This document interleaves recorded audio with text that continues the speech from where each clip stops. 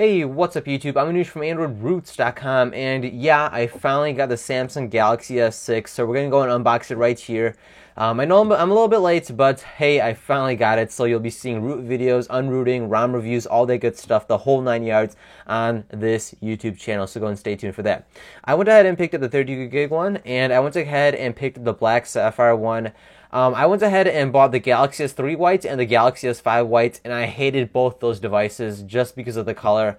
I am not a fan of bright white phones. I personally prefer dark phones like a blue or black phone, personally.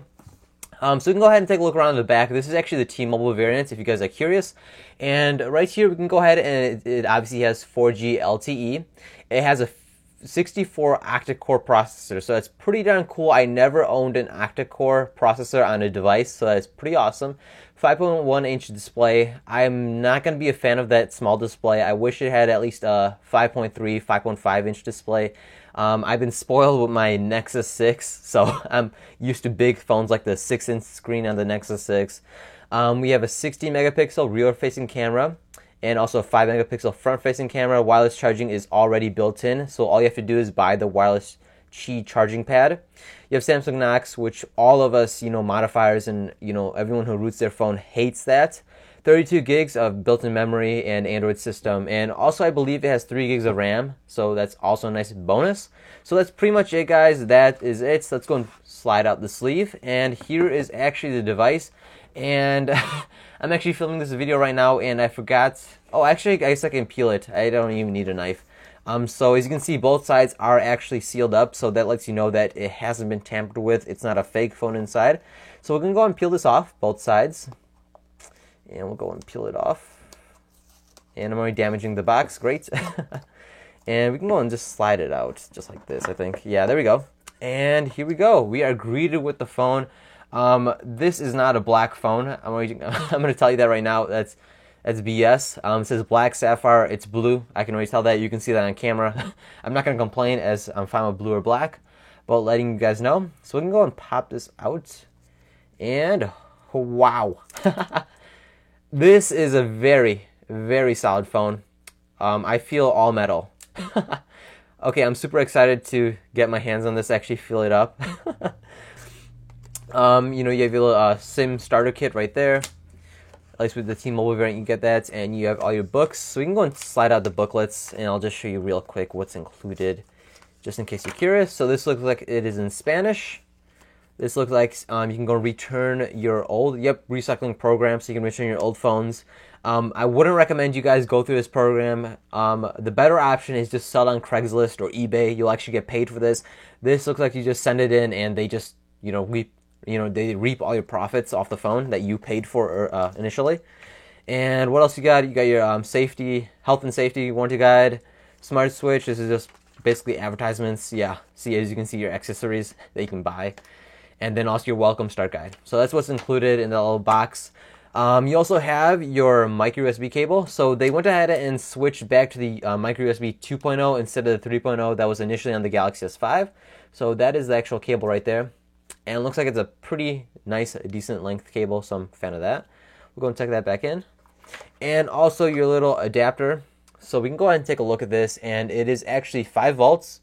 I don't know if you guys can see that. 5 volts, 2 amps right there, so it's pretty awesome. And you also have your little SIM ejector tool, as there is no removable back cover.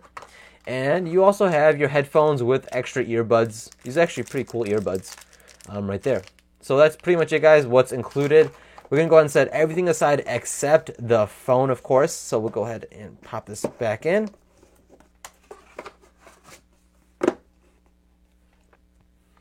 And here we go. Here is the actual phone, and I believe you can just slide it from the top. Yep, you can just slide it from the top, so there's no cool peeling off the screen or anything like that. So we can go slide it off, if I can actually manage that. Here is the actual device. And I'm going to go and pop in my Nexus 6, or my SIM card from my Nexus 6 onto my Galaxy S5, so I'll be back in just a quick sec. Okay, never mind, guys. So it looks like my current SIM card, I actually cut it myself, and it looks like it's a little bit too small. As you can see, it does fall through. I may need an adapter of some sort for that. As you can see, it just goes right through, so I don't want to screw up my internals. So we're going to go and boot it up without the actual SIM card in there. You're still going to get the exact same experience. I just wish I could boot it up with it so I get all the LTE and all that, but that's okay. Let me go and slide this back in if I can manage. There we go. Now we can go ahead and boot it up. So just the power button is on your right side, and it's going to boot up right now. Powered by Android, Samsung Galaxy S6. So we're going to go ahead and give it a quick sec for it to boot up. It shouldn't take too long. If I've known anything, Samsung devices on the very first try don't take too long to boot up, but we'll go and see about the Galaxy S6. And I was right. There we go, instant boot up. So we're going to go and set this up, and I'm going to go skip through all of this just because I don't have my SIM card installed.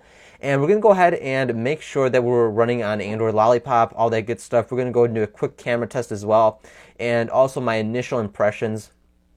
Build quality, I am incredibly satisfied with the build quality. I'll tell you that straight up. It's a very, very, very, very solid phone.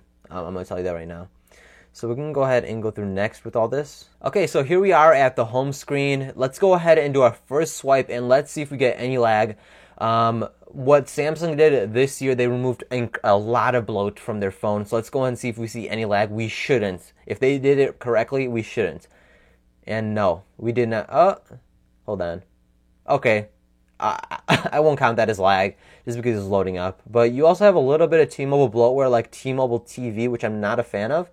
But you also have like 3 T-Mobile, mobile hotspot, visual voicemail, and T-Mobile My Account. It's not a lot of bloatware, and I'm pretty sure it's uninstallable. But we're going to go ahead and go into settings, about device, and as you can see, we're running on Android version 5.1.2, so that is Lollipop. It is not the latest Android version, but it is running on Lollipop.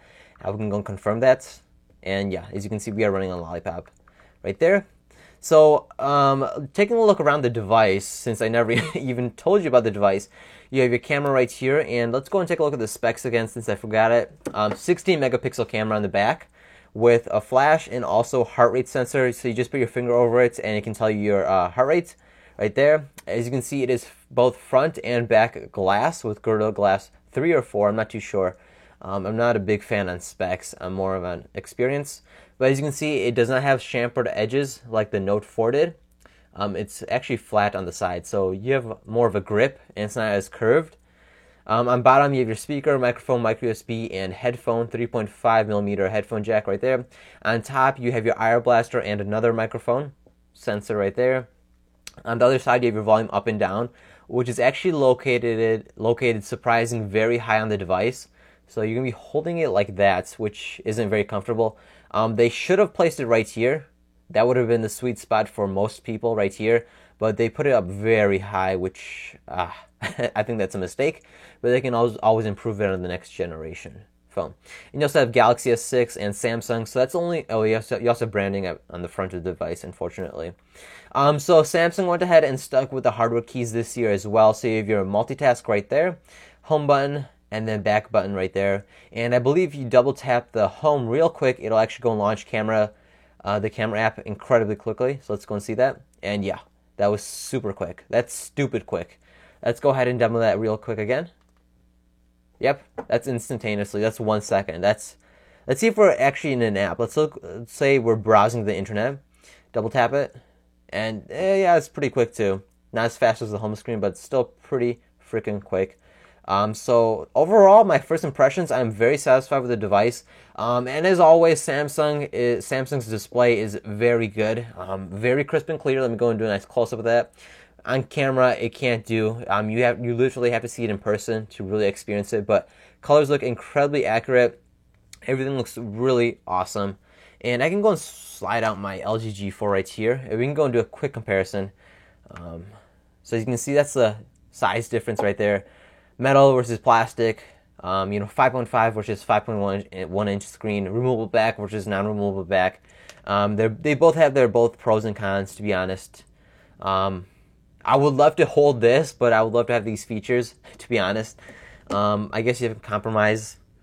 But we can go ahead and take a quick few shots with the Galaxy S6 right now. So as you can see, taking pictures are very quick.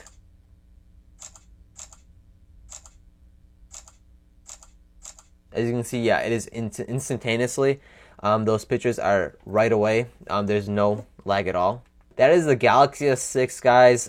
They really changed it up. I can go and show you the app drawer too to show you if there's any bloatware.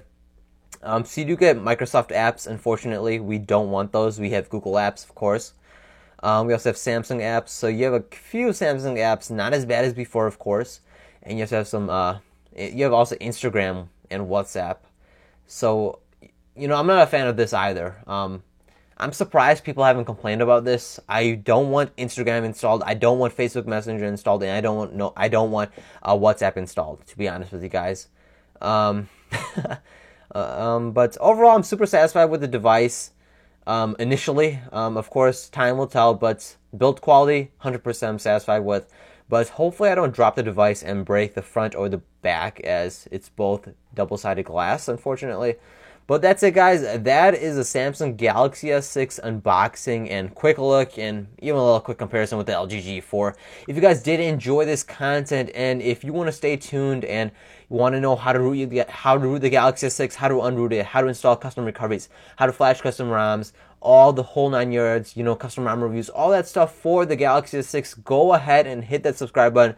And if you guys did enjoy this video, go ahead and hit that like button as well. And share this video on Twitter, Facebook, and Google Plus while you're at it, as I would really, really appreciate that, guys, as well. Until next time, I'll catch you later. Peace.